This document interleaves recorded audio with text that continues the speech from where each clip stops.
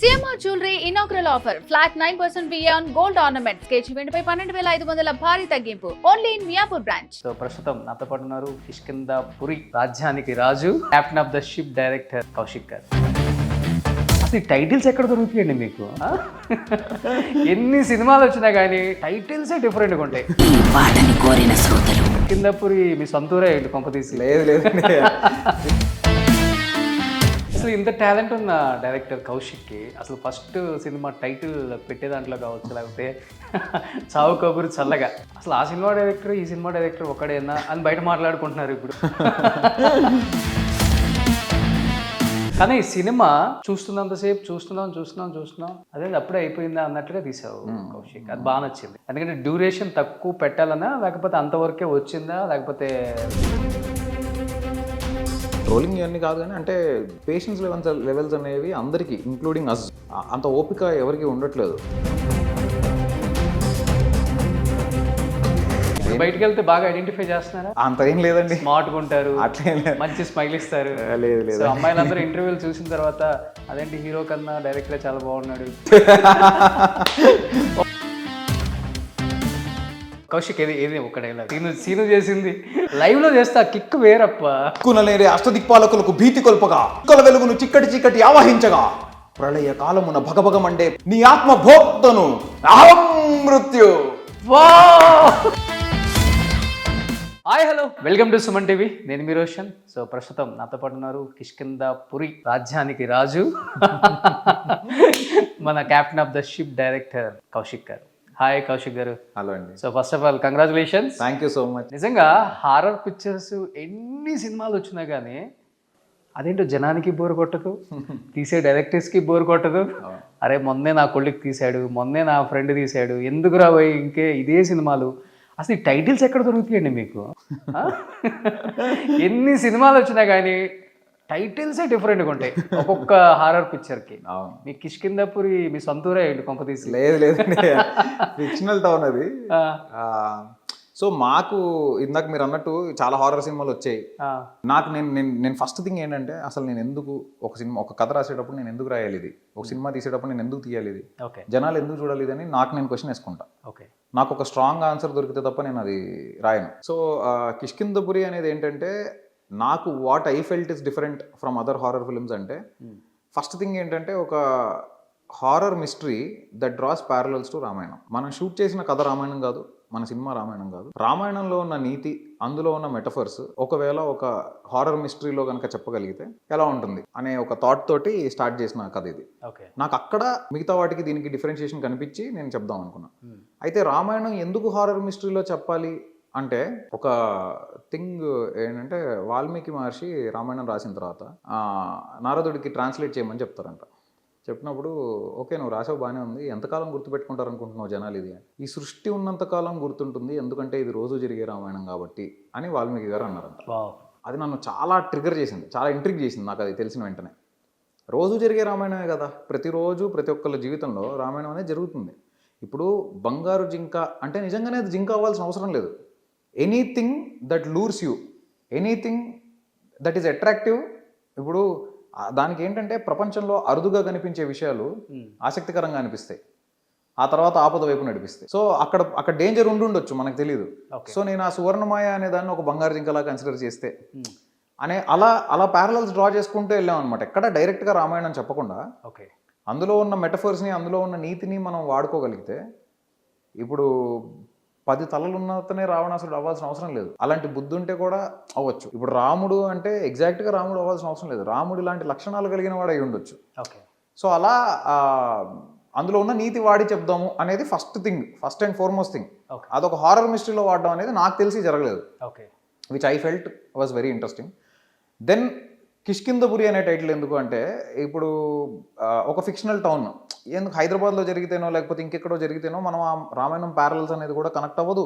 At the same time చిన్నప్పుడు మనకి అమ్మమ్మలు బామ్మగారులు కథలు చెప్పేటప్పుడు అనగనగనగా ఒక రాజ్యం, అనగనగనగా ఒక ప్లేస్ అంటే మనకి తెలియని ప్లేస్ కాబట్టి అది మనలో ఒక తెలియని ఒక ఇంట్రెస్ట్, క్యూరియాసిటీ బిల్డ్ చేస్తుంది. సో తెలిసిన ప్లేస్ కంటే తెలియని ప్లేస్లో ఉండే భయం ఎక్కువ, ఫియర్ ఆఫ్ అన్నోన్ అంటారు కదా, అలా ఒక ఫిక్షనల్ టౌన్ అయితే బెటర్ అని అనుకుని ప్రెజెంటేషన్ కానీ ఓవరాల్ వరల్డ్ బిల్డింగ్ అని కొత్తగా చేయొచ్చు అని అనుకుని కిష్కింధపురి అనేది ఓకే ఒక టౌన్ నేమ్ అనుకుని స్టార్ట్ చేసాం. ఓకే 2-3 టైటిల్స్ అనుకుని కిష్కింధపురియా లేకపోతే డైరెక్ట్గా కిష్కింధపురియా? లేదండి, అంటే సినిమా టైటిల్స్ వైజ్ అయితే 2-3 టైటిల్స్ అనుకున్నాం, కానీ ఆ ప్లేస్ నేమ్ అనేది ఫస్ట్ నుంచి కిష్కింధపురి. ఓకే 2 నేమ్స్ ఏంటి? ఫస్ట్ ఇంకొకటి సువర్ణమాయ రేడియో స్టేషన్ అనే టైటిల్ కూడా అనుకున్నాము, అంటే డైరెక్ట్ గా రేడియో స్టేషన్ మీదే పెడదామని. బట్ సమ్హౌ కిష్కింధపురి అనేది లార్జర్ పిక్చర్ కనిపిస్తుంది మాకు. ఫర్దర్గా ఎప్పుడైనా కూడా ఒకవేళ ఈ cinema luckily very good word of mouth, very good positive talk ఉంది బయట, అందరు నాకు ఫోన్ చేసి అన్న హిట్ కొట్టేసాం, కంగ్రాట్స్ అంటే I'm feeling extremely happy. So luckily ఇది బాగుంది కాబట్టి ఫ్యూచర్లో ఎప్పుడైనా దీన్ని ఫ్రాంచైజ్ చేయాలనుకున్నా కూడా అదొక ప్లేస్ నేమ్ అవ్వడం వల్ల ఓకే కిష్కింధపురి. ఇప్పుడు ఫర్ ఎగ్జాంపుల్ ఇది చాప్టర్ 1 అనుకుందాం, సువర్ణమాయ రేడియో స్టేషన్. నేను ఫర్దర్గా దాన్ని ఇంకేదైనా ఎక్స్ప్లోర్ చేయాలనుకుంటే చేసుకునే స్కోప్ ఉంటుంది అని వైడర్ రీచ్ కోసం నేను హీరో గారు ఆలోచించి కిష్కింధపురి అనే టైటిల్ అయితే పెట్టాను. ఓకే, అంటే ఇతిహాసాలని నమ్ముతుంటారా లేకపోతే వాటిని మీరు విని విని విని విని అది మీ మైండ్లో బాగా రిజిస్టర్ అయిపోయి, సో వినటం వేరు నమ్మటం వేరు, సో రెండిట్లో ఏది ఎక్కువ మీకు? నేను నమ్ముతాను, నేను వింటాను, నమ్ముతాను. నాకు చాలా చాలా ఇష్టం. నాకు అన్నిటికంటే ఇష్టమైంది ఏంటి అంటే మన పురాణాల గురించి, మన ఇతిహాసాల గురించి తెలుసుకోవడం. నాకు ఎక్కువ తెలియదు, బట్ తెలుసుకోవడం నాకు చాలా ఇష్టం.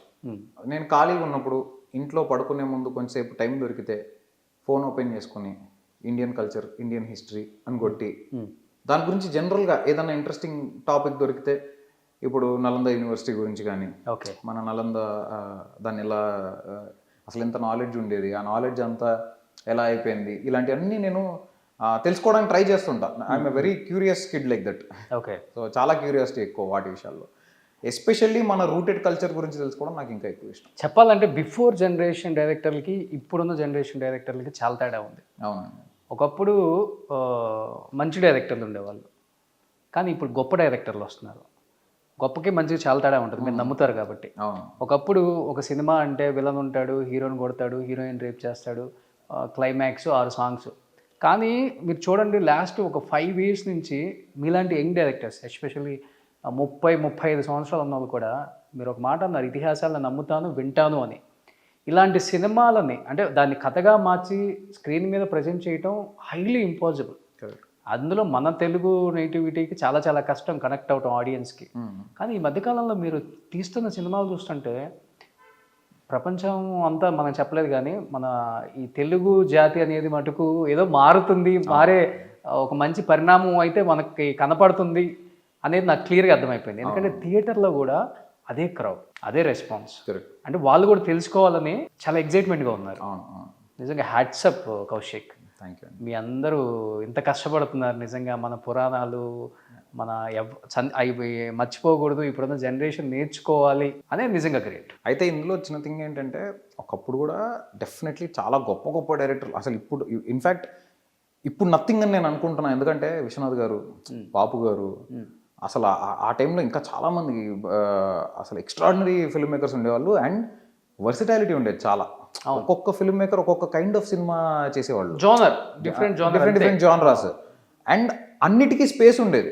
అయితే మధ్యలో ఏమైందంటే ఎక్కువ కమర్షియల్ సినిమా వైపే వెళ్ళిపోయి కంప్లీట్లీ అదొక్కటే మేజర్ స్టేజ్, ఫ్రంట్ స్టేజ్ తీసుకుంది. అది గుడ్ వేయడం మనకు తెలియదు, బట్ అది ఫ్రంట్ స్టేజ్ తీసుకుంది. మనం డెఫినెట్లీ అవి చూసే పెరిగాము, మనం వాటిని ఎంజాయ్ చేసి వాటికి విజిల్ చేసి పెరిగిన వాళ్ళమే. In fact I'm also one among them. అయితే మీరు అన్నట్టు ఇప్పుడు ట్రెండ్ మారుతూ ఇప్పుడు మనము మన మైథాలజీని చెప్పడానికి ట్రై చేయడము అనేది ఏదైతే ఉందో, it's definitely a very very good trend మీరు అన్నట్టు. అట్లీస్ట్ నా పరంగా చిన్న థింగ్ ఏంటంటే, జస్ట్ బికాస్ అది కమర్షియల్లీ వర్కౌట్ అవుతుంది కాబట్టి, జస్ట్ బికాస్ దానికి ఇప్పుడు ఒక మూమెంట్ నడుస్తుంది కాబట్టి కాకుండా, ఆనెస్ట్గా మనం ఇది చెప్పాలి, ఇది నిజంగా చెప్పాల్సిన మ్యాటర్ కదా అని అనుకునే కొన్ని ఉంటాయి కదా, అవి చెప్తే I will feel very very happy. అంటే నాకు personally from my side I want to say something which is actually something that needs to be told. Okay. అసలు ఇంత టాలెంట్ ఉన్న డైరెక్టర్ కౌశిక్కి అసలు ఫస్ట్ సినిమా టైటిల్ పెట్టే దాంట్లో కావచ్చు, లేకపోతే చావు కబురు చల్లగా మన కార్తికేయతో, అసలు ఆ సినిమా డైరెక్టర్ ఈ సినిమా డైరెక్టర్ ఒకడేనా అని బయట మాట్లాడుకుంటున్నారు ఇప్పుడు. లేదండి, అది డెఫినెట్లీ గుడ్ థింగే. అది ఇది తీసింది ఒకడేనా అని మాట్లాడుకుంటున్నారంటే there is clear improvement in my work అని అలానే తీసుకుంటున్నాను దాన్ని పాజిటివ్గా. It's a very good thing. అయితే అందులో ఏంటంటే అందులో కూడా నేను I wanted to talk some philosophy, I wanted to talk about life from the point of view of a person who sees death everyday. ప్రతిరోజు చావులు చూసే ఒక మనిషి ఆడి పాయింట్ ఆఫ్ వ్యూలో లైఫ్ ఏంటి అనేది చెప్దామని ఒక commentary on life from a person who sees death everyday. Okay, అదే ఇంటెన్షన్ ఆ కథ వెనక. అండ్ అందులో కూడా దానికి సంబంధించిన ఇప్పుడు తనికెలభరణి గారిది ఒక సీక్వెన్స్ ఉంటుంది అందులో. ఒక తల్లి కడుపులో ఉండే బిడ్డ, ఆ తల్లి గర్భం ఒకటే ప్రపంచం ఏమో, ఆ దాటితే ఇంకేం లేదేమో అనుకుంటుందంట. ఒక్కసారి ఆ తల్లి గర్భాన్ని దాటి బయటకు వచ్చాక ఇంత పెద్ద ప్రపంచాన్ని చూసి ఉలిక్కిపడి ఏడవడం మొదలు పెడుతుంది. చావు కూడా అంతే. మనం అనుకుంటాం ఎవరన్నా పోతే ఇంక ఇంతేనేమో, ఇంతకంటే ఏం లేదేమో అని. ఎవరికి తెలుసు, సత్యాకి ఇంతకంటే పెద్ద లోకం ఇంకోటి ఉందేమో. అక్కడికి వెళ్ళిన వాళ్ళందరూ సంతోషంగానే ఉంటారేమో, మనకు తెలియదు కదా. అందుకని సావుకు భయపడాల్సిన పని లేదు, బాధపడాల్సిన అవసరం లేదు. ఇంకొక లోకం ఉందా చనిపోతే? అది చనిపోయిన వాడికి తప్ప ఎవరికి తెలియదండి. అది నిజంగా మనం చెప్పలేము కూడా. అంటే డెఫినెట్లీ నేను విన్నాను, మన స్క్రిప్చర్స్ ప్రకారం కానీ అవన్నీ కూడా డెఫినెట్లీ ఇంకో లోకం ఉంది అనేది మనం విన్నదే, నరకాలు ఉన్నాయి అనేది మనం వింటున్నాం కదా. అది నిజంగా దాన్ని ఎక్స్పీరియన్స్ చేసిన వాడికి తప్ప మనం ఎలా చెప్పగలుగుతాం ఇక్కడ కూర్చొని? సేమ్ ఇందాక నేను ఇచ్చిన ఎగ్జాంపుల్ లాగానే మదర్ వూమ్లో ఉండే బేబీ, దానికి తెలియదు కదా ఆ బేబీకి తెలియదు కదా బయటకు వస్తే ఇంత పెద్ద ప్రపంచం ఉంటుందని. ఎవరు చెప్పలేరు, ఎవరు ఫీడ్ చేయరు. అతనికో ఆమంతరామకో నాలెడ్జ్ ఉండదు బయటకు వస్తే ఇలా ఉంటుందని. వచ్చాకే తెలుస్తుంది కదా. అలానే వెళ్ళిన వాళ్ళకి కూడా ఇలాగే తెలుస్తుంది. అది కూడా అందులో చెప్పాం. మా మామ చెప్పినట్టు సత్యాకి ఇంకో లోకం ఉందో లేదో నాకు తెలియదు, అలా సచ్చినోడికి తెలియాలని అంటాడు అతను. కానీ ఈ సినిమా చూస్తున్నంతసేపు చూస్తున్నాం అదే అప్పుడే అయిపోయిందా అన్నట్లుగా తీసావు కౌశిక్. అది బాగా నచ్చింది. ఎందుకంటే డ్యూరేషన్ తక్కువ పెట్టాలనా, లేకపోతే అంతవరకే వచ్చిందా, లేకపోతే ఎక్కువ ల్యాగ్ ఉంటే తీసారా అర్థం కాలేదు నాకు. హార్డ్లీ 2 hours 5 minutes అంతే ఉంది. హారర్ మూవీస్ అంటే 2.5 2:45 తీసుకెళ్తారు. అంటే ఆడియన్స్ని నిరుత్సాహపరచకూడదు, ఎంజాయ్ చేసి వెళ్ళిపోవాలి.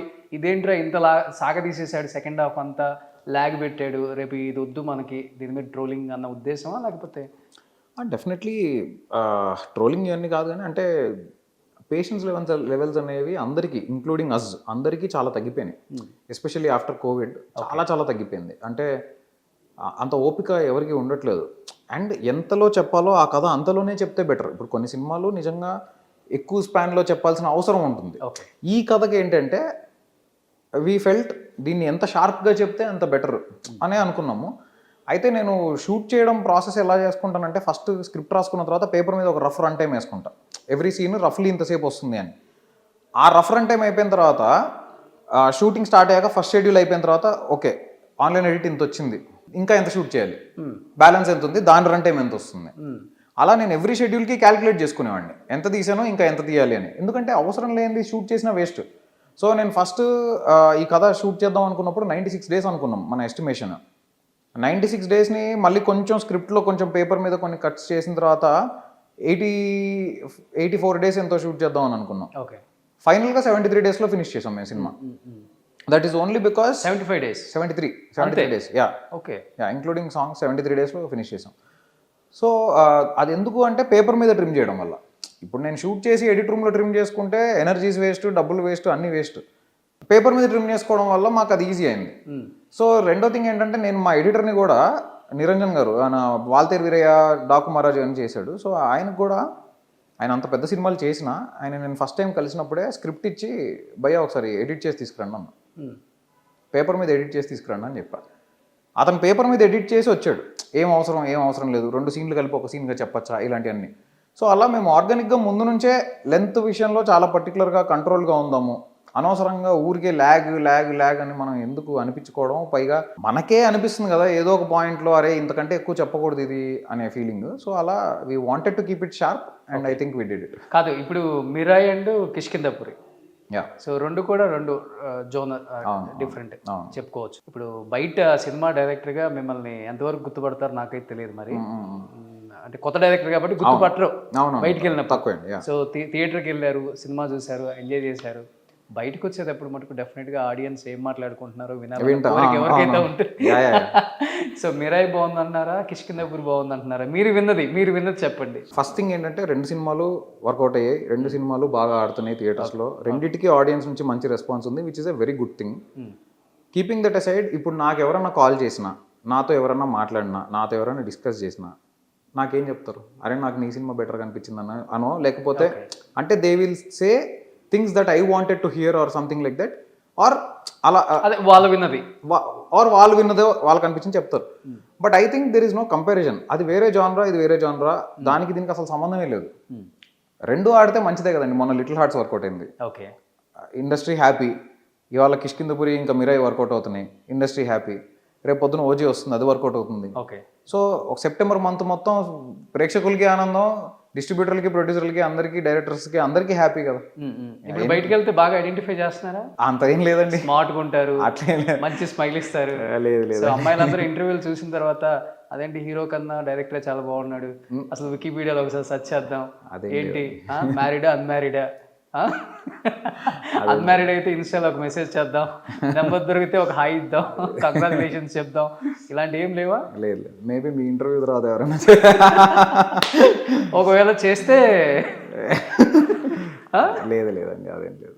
నిజం చెప్పండి. నిజంగానే లేదు. కాదు, ఇంత బాగున్నారు మీరు, ఎందుకని యాక్టింగ్ చేయలేదు? అంటే యాక్టర్ అని నాకు తెలుసు, ఒక్కొక్కళ్ళకి ఒక్కొక్క క్యారెక్టర్ ఎలా చెయ్యాలో యాక్ట్ చేసి మరీ చూపిస్తారంట, రాజమౌళి గారి లాగా.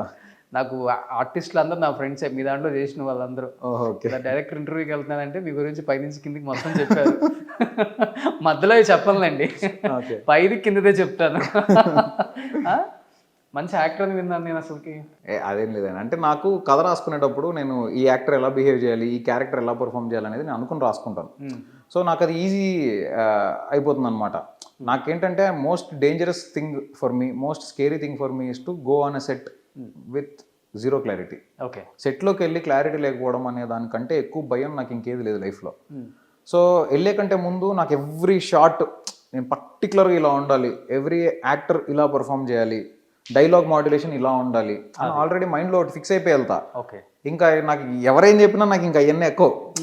Until and unless if somebody is improvising it in a better way, ఆ మినిట్లో అరే బాగుంది కదా ఇది అని అనుకుంటే తప్పిస్తే మెజారిటీ ఆఫ్ ద టైమ్స్ నేను I will go with my gut. Scene చేసిన ఏదైనా ఒక్క సీన్ ఒకటి చేయొచ్చు కదా. ఏదండి సీను చేసింది ఏదైనా ఒక్క సీన్ ప్లీజ్. అది మీరే దగ్గరుండి చేయించారు. అందులో మీద ఒక రీల్ ఇప్పుడు ఫుల్ వైరల్ అవుతుంది. ఏంటిది? సుమక్ ఇంటర్వ్యూలో మన లారెన్స్ ది పసుపు పూసుకున్నాము,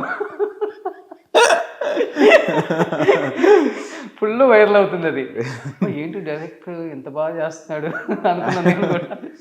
లేదు, బేసిక్గా థింగ్ ఏంటంటే బెల్లంకొండ శ్రీనివాస్ గారు అని ఆయన ఒక extremely energetic personality and he comes to set like a blank paper. Okay. నాకు అదృష్టం ఏంటంటే కార్తికేయ గారు కానీ బెల్లంకొండ శ్రీనివాస్ గారు కానీ వాళ్ళు ప్రతిసారి నేను ఏదైనా సీన్ చెప్పి నాకు ఇలా కావాలి అన్నప్పుడు ఎగ్జాక్ట్గా దాన్ని అడాప్ట్ చేసేవాళ్ళు. సో డెఫినెట్లీ దానికి వాళ్ళ స్టైల్ యాడ్ అవుతుంది 100%. కాకపోతే నాకు కావాల్సింది నాకు హ్యాపీగా వచ్చేస్తుంది. ఓకే. సో మనం పెద్ద కష్టపడక్కర్లా, వాళ్ళకి చెప్తే చాలు. ఇప్పుడు నేను హీరోకి కూడా ప్రతి సీన్ నేను యాక్ట్ చేసి చూపించక్కర్లా, నాకు ఇలా కావాలి అని చెప్పేస్తే ఆయనకు అర్థమైపోతుంది. ఏదైనా ఒకటి రెండు ప్లేసెస్లో అరే ఇది మనం అనుకున్నట్టు కాకుండా కొంచెం డిఫరెంట్గా వస్తుంది అన్నప్పుడు మాత్రమే వెళ్ళి నాకు ఇలా కావాలి అని కొంచెం ప్రిసైజ్డ్గా చెప్పడం అనేది జరుగుతుంది. But 90% of the times they know what I want. Okay. Because of the rapport we have.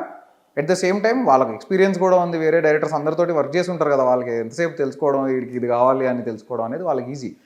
So నాకు ఫస్ట్ నుంచి కూడా వీళ్ళతో ఉన్న ర్యాపో వల్ల it became very easier for us to communicate. Okay. Okay. So Kaushik ఏది ఒక డైలాగ్ సీను చేసింది థియేటర్లో భయపించారు, ఇప్పుడు ఇక్కడ భయపించండి, లైవ్లో చేస్తే ఆ కిక్ వేరప్ప.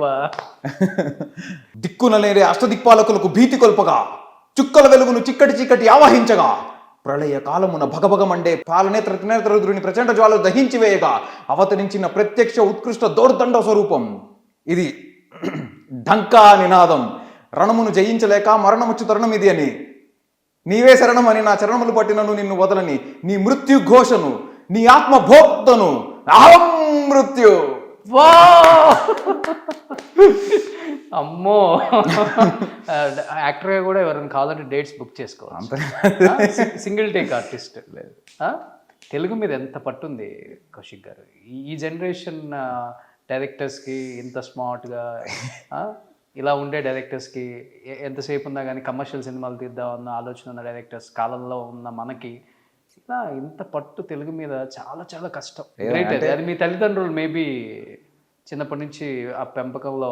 డెఫినెట్లీ మా మదర్ ఎంఏ తెలుగు చేశారు, మా ఫాదర్ మా తాతగారు తెలుగు పండితుడు. ఓకే. మా నాన్న నాకు చిన్నప్పటి నుంచి ఏదైనా తెలుగు పేపర్ కానీ ఏదైనా జస్ట్ ఒక లైన్ ఇచ్చి చదువు అంటే నాకు సరిగ్గా చదవడం రాక తడబడితే ఇది కూడా చదవడం రావట్లేదు నీకు, నేర్చుకో చదవడం అన్న టైప్లో చెప్తుండేవాళ్ళు అనమాట. కొంచెం ఏం చదువుకున్నావు? ఇంజనీరింగ్ చేశాను. బీటెక్. బీటెక్ ఎక్కడ? Geethanjali college of engineering and technology అని చీర్యాల కీసర దగ్గర, కీసర వెళ్ళే రూట్లో చీర్యాల దగ్గర ఉంటుంది. డైలీ వెళ్తారా కాలేజ్కి? యా డైలీ వెళ్ళేవాడిని. డైలీ వెళ్ళేవాడిని. బీటెక్ ఫైనల్ ఇయర్ వరకు only fourth year first semester second semester fourth year second సెమిస్టర్లో నేను మళ్ళీ ఇది రాను రోజు మూవీకి కొన్ని రోజులు అసిస్టెంట్ డైరెక్టర్గా వర్క్ చేశాను. షూటింగ్లో ఎక్కువ లేను, షూటింగ్లో 2 days ఉన్నాను, బట్ ప్రీ ప్రొడక్షన్ అప్పుడు చేశాను. సో అప్పుడు మా లెక్చరర్స్ని వాళ్ళని, మా ఫ్యాకల్టీ వాళ్ళని పర్మిషన్ అడిగి అప్పుడు మాత్రమే వెళ్ళలేదు. But otherwise I use to go. ఏదైనా మరీ పెద్ద మంచి సినిమాలు రిలీజ్లు ఉన్నప్పుడు మాత్రం ఆ రోజు చూడటానికి లుక్ బాగుంటారు కదా కాలేజీలో.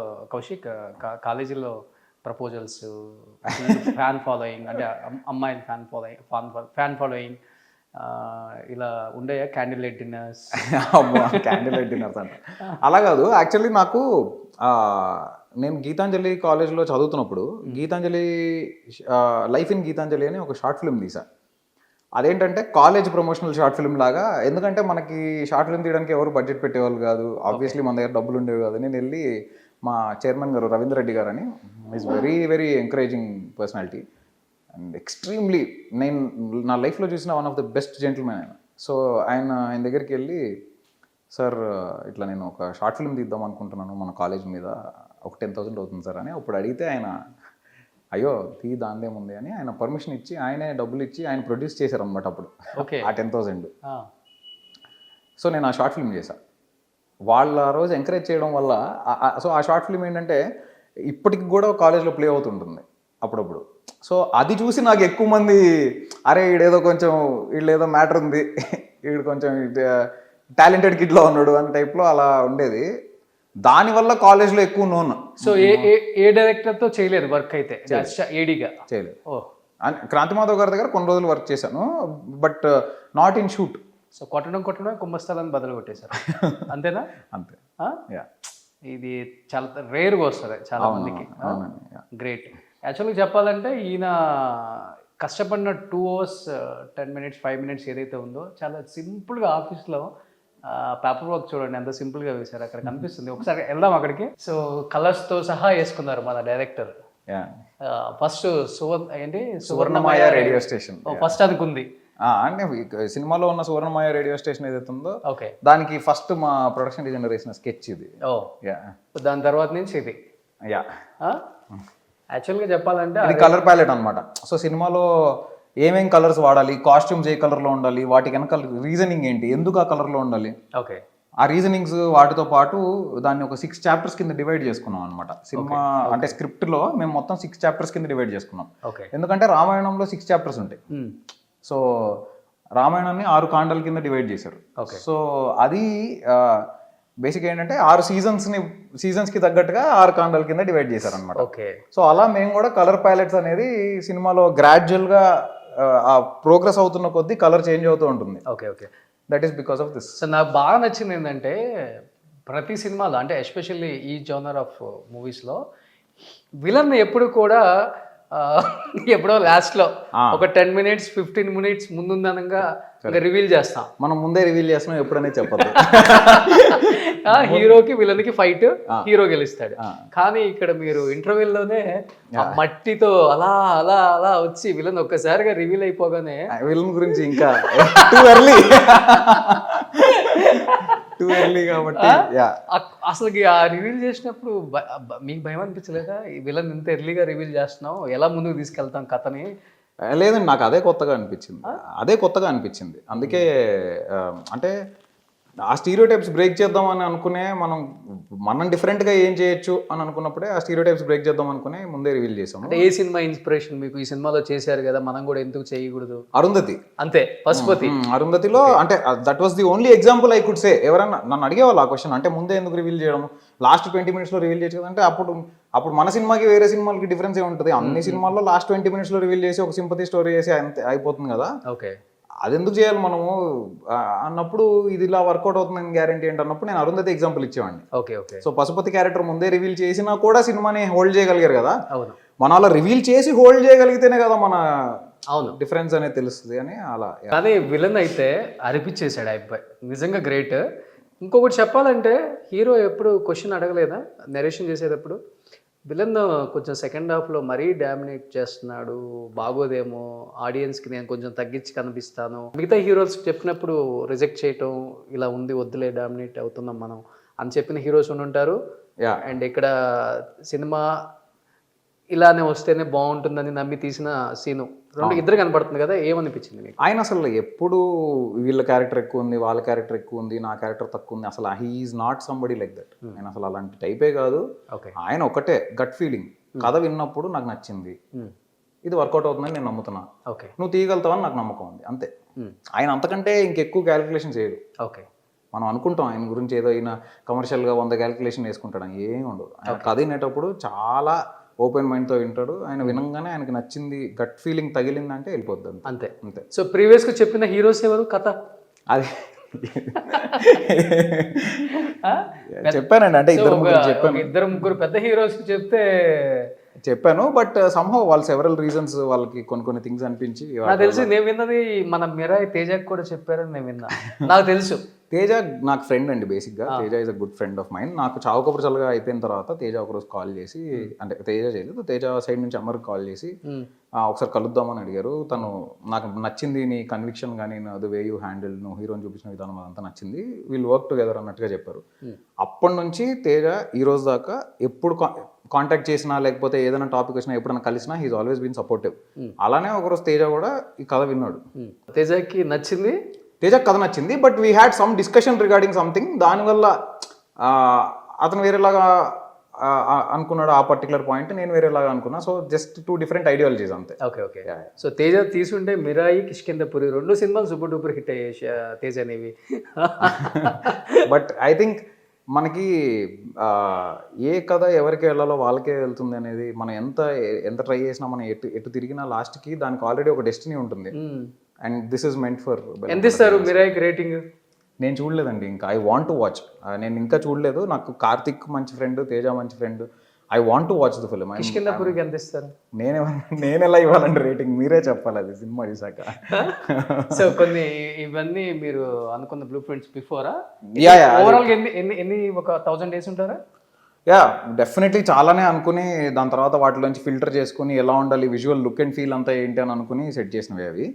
సో దాంట్లో మేము ఎందుకు ఈ కలర్ వాడాలి, ఎందుకు లైటింగ్ ఇలా ఉండాలి, లుక్ అండ్ ఫీల్ ఎందుకు ఇలా ఉండాలి అని మేము దానికి రీజనింగ్స్ అనుకుని వాటి ప్రకారమే ప్లాన్ చేసుకుని చేస్తాం. సో ఓవరాల్గా సినిమా చెప్పాలంటే ఆ రేడియో స్టేషన్, ఆ వాయిస్, ఆ వెంటిలేటెడ్ రూమ్స్, ఆ ఇంటికి తీసుకెళ్ళటం అందరినీ, అక్కడే బాగా ఇంట్రెస్టింగ్ బాగా క్రియేట్ చేశారు.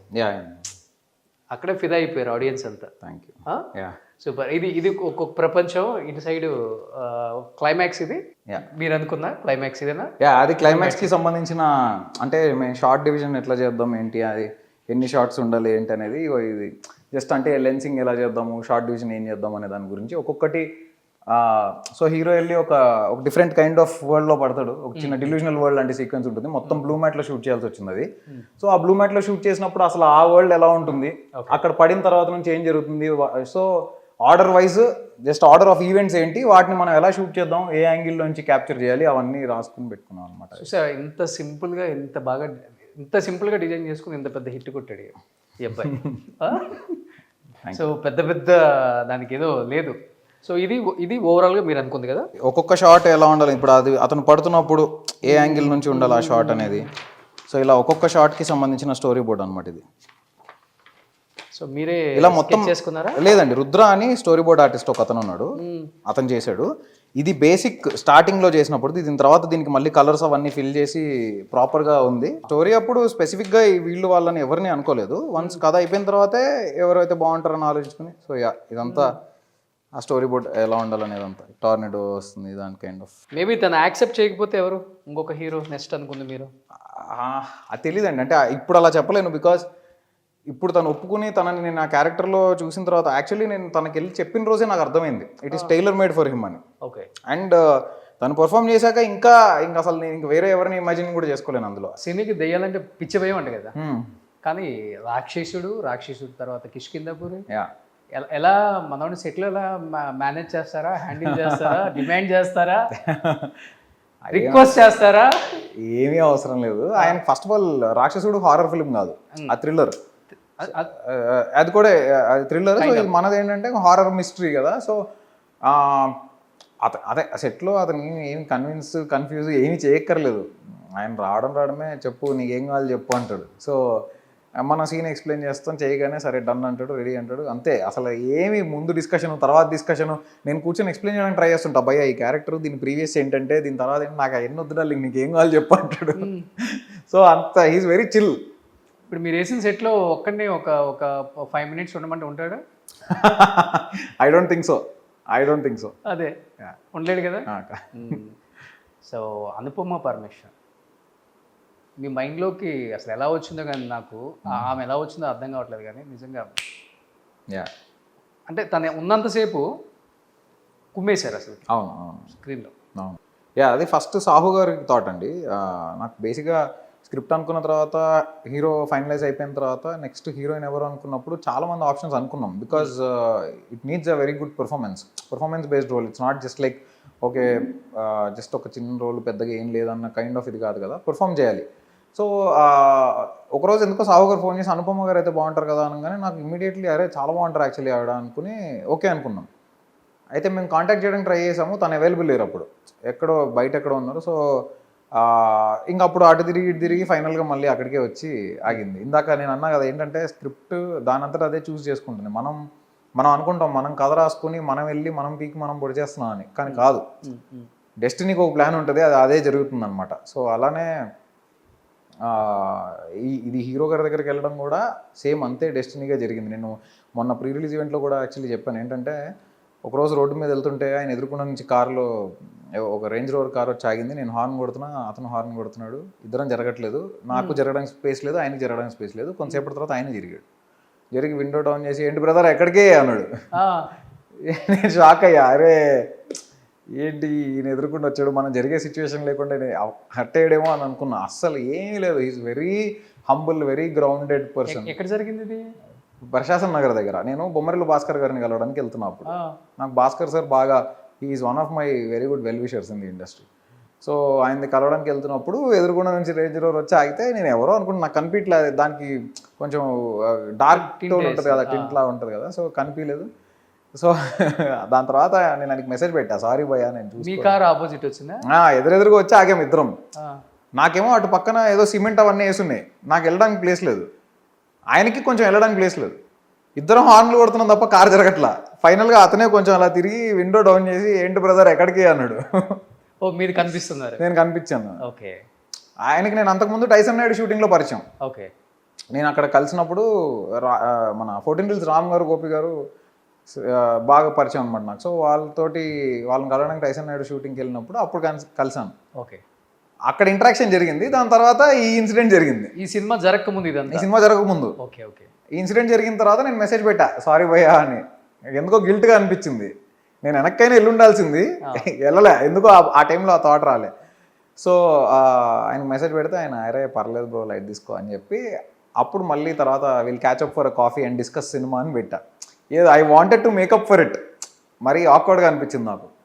అప్పుడు అదే ఈ స్టోరీయా? అప్పుడు స్టోరీ గురించి డిస్కస్ చేద్దాం అనుకుంటే we'll catch up and discuss cinema అని అనుకున్నాము. దెన్ ఒకరోజు ఆయన యూఎస్లో ఉన్నాడు. అప్పుడు యూఎస్ నుంచి వచ్చేసిన తర్వాత నాకు ఫోన్ చేసి కలుద్దాం అని చెప్పి నేను వాళ్ళ ఇంటికి వెళ్ళాను. వాళ్ళ ఇంటికి వెళ్ళాక క్యాజువల్గా మా డిస్కస్ చేసుకుంటూ ఇలా నా దగ్గర ఒక ఐడియా ఉంది అని ఇట్లా చెప్పా. ఇమీడియట్లీ విన్నారు. 2.5 hours విని ఎక్సైట్ అయ్యారు, చేస్తున్నారు. సో బట్ ఈ సినిమాకి ముందు చాలా మందికి మెసేజ్లు పెట్టుంటారు. అవును. యూజువల్గా మనకి నెంబర్స్ దొరకవు, వేరే వాళ్ళ దగ్గర నుంచి నెంబర్స్ తీసుకోవడం చాలా కష్టం. మళ్ళీ ఆ నెంబర్ వచ్చిన తర్వాత will catch up for cinema, story discussion అని పెడితే మనకి రిప్లైలు కూడా ఉండవు. అవును. డబుల్ టిక్ ఉంటుంది, అన్నీ ఉంటాయి, కానీ రిప్లైలు ఉండవు. అవును. ఆ రోజులో చూశారు. ఇప్పుడు ఈ సినిమా ఎంత పెద్ద హిట్ తర్వాత will catch up for story discussion అనే మళ్ళీ రిటర్న్ మెసేజ్లు వచ్చినాయి చూసాడు. ఏమనిపించింది సినిమా లైఫ్ అంటే? అంటే ఇంకా అదే రియాలిటీ కదండి, we have to digest it. Okay. బేసిక్గా నాకు చావు కబురు చల్లగా తర్వాత రిలీజ్ అయిన తర్వాత very few people called me and appreciated.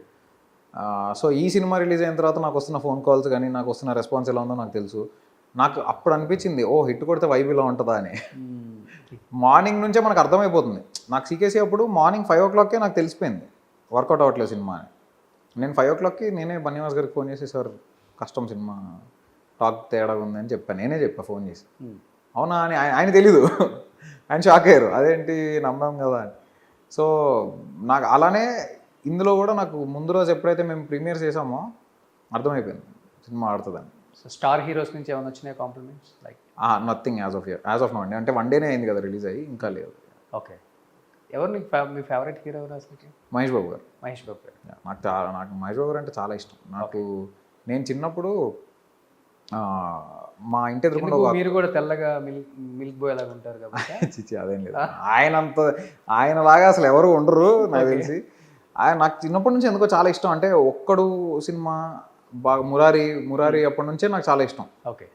Murari టైంలో బాగా కనెక్ట్ అయిపోయాయి ఎందుకో, ఫ్యామిలీతో పాటు చూసే సినిమా చాలా ఇష్టం ఎందుకో, చూడంగానే బాగా నచ్చేశారు ఆయన పర్ఫార్మెన్స్ కానీ అదంతా చాలా ఇంట్రెస్టింగ్గా, ఒక ఇన్నసెన్స్ ఉంటుంది ఆయనలో, ఒక వెరీ తెలియని ఒక ఇన్నసెన్స్ అండ్ ఆనెస్టీ, ఒక హంబుల్నెస్ ఉంటుంది అనిపించింది. సో తర్వాత ఆయన ఒక్కడు కానీ పోకిరి కానీ the gradual growth of him. ఇప్పుడు సడన్ గా కిష్కిందపురి చూశాడు ఆయన. సో డైరెక్టర్తో అర్జెంట్గా మాట్లాడాలి, కాల్ చేశారు, నెంబర్ కనుక్కొని ఏం మాట్లాడతారు? నేనేం మాట్లాడను, ఏడుస్తా, కంట్లో నీళ్ళు వస్తాయి నాకు. నేనేం మాట్లాడను, ఫస్ట్ నేను షాక్లో ఉంటా, కంట్లోంచి ఇట్లా నీళ్ళు బయటకు వస్తుంటాయి, ఓవర్వెల్మ్ అయిపోతా అంతే. ఇంకా దాని తర్వాత మాట్లాడతా, but first the very first reaction would be my hands will be shivering and I will have tears in my eyes. ఏం మాట్లాడతారు తర్వాత, ఏడ్చిన తర్వాత?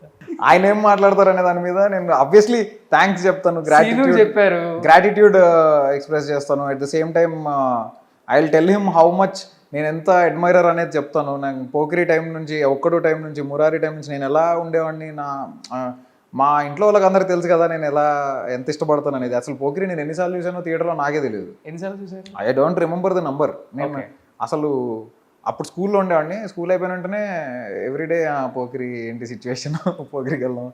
సో అలా డాడీ వాళ్ళతో ఫస్ట్ టైం వెళ్ళా, దాని తర్వాత ఫ్రెండ్స్తో, అలా ఆ కౌంట్ పెరుగుతూ పోయింది. అయితే ఇప్పుడు నాతో మాట్లాడిన డైరెక్టర్ కౌశిక్ కాదు. ఇప్పుడు నేను అక్కడ ఉంటే ఏం చెప్పాను తెలుసా? సార్ మీకు ఒక కథ రాశాను సార్, చాలా బాగుంటుంది, ఒకసారి కలవచ్చు. అదే I hope some day that happens. Yes, అవుతుంది పక్కా. సో ఫ్యాన్ బై మూమెంట్ చాలా మంది డైరెక్టర్స్ అయింది కదా. డెఫినెట్లీ. సో బాబీకి అయింది, వాళ్ళ పేరు వేరే, ఆల్మోస్ట్ అందరు డైరెక్టర్స్, చిరంజీవి గారితో అదే చెప్తుంది. డెఫినెట్లీ అండి. మహేష్ బాబు గారు గుర్తించండి బాబు. ఎస్, ఆల్రెడీ గుర్తించేశారు అందరూ, మీరు కూడా కొంచెం. సో ఇప్పుడు మిరాయ్ 1000 crores కలెక్షన్ అని చెప్పి స్టార్ట్ అయిపోయింది. ఓకే. సో సినిమా హిట్ అయిన తర్వాత ప్రమోషన్స్ ఇంకా నెక్స్ట్ లెవెల్ ఉండాలి ఎప్పుడు కూడా. ఇప్పుడు ఏంటి కిష్కిందపురి 1500 కోట్ల కలెక్షన్ మంది? నాకు నంబర్స్ తెలియదండి, నాకు I have no idea about it. నాకు తెలిసింది మంచి సినిమా డెలివరీ చేయడం చేశాను అని నేను చాలా బలంగా నమ్ముతున్నాను. అండ్ ఆడియన్స్ అంతే అప్రిషియేట్ చేస్తున్నందుకు ఎక్స్ట్రీమ్లీ హ్యాపీ. బికాజ్ నేను హౌస్ఫుల్ అనే బోర్డు వచ్చినప్పుడు వేరే వేరే సినిమాలకి చూస్తుంటే వాటికే నేను ఎంజాయ్ చేసేవాడిని. నేను స్కూల్లో ఉన్నప్పుడు తరుణ్ అని నాకు ఒక ఫ్రెండ్ ఉండేవాడు. సో మేము ఇద్దరం కలిసి సైకిల్ వేసుకుని వెళ్ళి ఏదైనా సినిమా రిలీజ్ అవుతే మార్నింగ్ షో అక్కడ ఈసీఐఎల్ సైడ్ రాధిక, శారద, శివశక్తి అని 3 థియేటర్స్ ఉంటాయి, అటు సైడ్ వెళ్ళి కూర్చొని చూసేవాళ్ళం. హౌస్ఫుల్ బోర్డు చూసి ఒక హ్యాపీనెస్ వచ్చేది. బయటకు వచ్చిన వాళ్ళందరూ అన్న ఎలా ఉందన్న సినిమా అని అడిగేవాళ్ళం. అందరి సినిమాలకి హౌస్ఫుల్ బోర్డు చూసి హ్యాపీ ఫీల్ అయిన నేను నా సినిమాకి హౌస్ఫుల్ బోర్డు చూసుకుంటున్నప్పుడు అంతకంటే ఇంకేం కావాలి. Super, I'm extremely happy for that. ఇంకా నాకు నెంబర్స్ అంటారా, అది that is bonus. I don't know. Sahu గారు పరిగెత్తించేశారు. సాహు గారు కింద చూశారు కదా, కిందకి రాలేదు మీరు ఇంకా? లేదండి. ఓహో, మర్చిపోయా, కొంచెం సస్పెన్స్ అని చెప్పారు, మర్చిపోయా. ఏంటిది? కింద మీకు రేంజ్ రోవర్ వచ్చింది, ఆటోబయోగ్రఫీ. నేను అడిగితే డైరెక్టర్ అని చెప్పారు. ఇంటర్వ్యూ అయిపోయిన తర్వాత దించాలి కిందకి. మీరే ఇస్తున్నారా? సాహు గారు ఇస్తున్నారా? ఓకే, ఇస్తే తీసుకోవడం, లేకపోతే సీను ఇచ్చిన ఆశ్చర్యం లేదు, ఉన్నాయి కాబట్టి ఇస్తే హ్యాపీ. ఆ రేంజ్లో తిరగాలి కదా, మరి ఆ రేంజ్లో ఉండాలి కదా డైరెక్టర్ అంటే. ఫైనల్గా లవ్ మ్యారేజా? కాదండి, అరేంజ్డా. లాస్ట్ ఇయర్ అయింది, మొన్న డిసెంబర్లో. So lucky. Yes, definitely. గాల్ మీ లైఫ్లోకి వచ్చిన తర్వాత ఇంత పెద్ద సక్సెస్. అంతే కదా. ఓకే, ఏం చేస్తుంటారు తను బెంగళూరు యాక్సెంచర్లో వర్క్ చేస్తుంది, ప్రస్తుతానికి వర్క్ ఫ్రమ్ హోమ్ చేస్తుంది. She's into life sciences, M pharmacy చేసింది తను. సో ఈ లోకమే కాదు. కాదు అసలు జీరో ఐడియా, సినిమాల గురించి అసలు ఏం పెద్దగా తెలియదు, సినిమాలు ఎక్కువ చూడదు. ఓకే. సో బాగా అమ్మ నాన్న వైఫ్ అందరూ ఫుల్ ఎంజాయ్, అందరు హ్యాపీ. అంతా. మా అమ్మ నాన్న అన్ఫార్చునేట్లీ రిలీజ్కి ఇక్కడ ఉండలేకపోయారు, బికాజ్ మా సిస్టర్ రీసెంట్గా కన్సీవ్ అయింది. సో ఇద్దరు రీసెంట్గా ఇద్దరు ట్విన్స్ని డెలివర్ చేసింది. సో మా అమ్మ నాన్న అక్కడ ఉన్నారు స్వీడన్లో, అక్క దగ్గర. ఓకే. బట్ వాళ్ళు వెళ్ళే ముందు నేను వాళ్ళకి ఎడిట్ రూమ్లో సినిమా చూపించాను.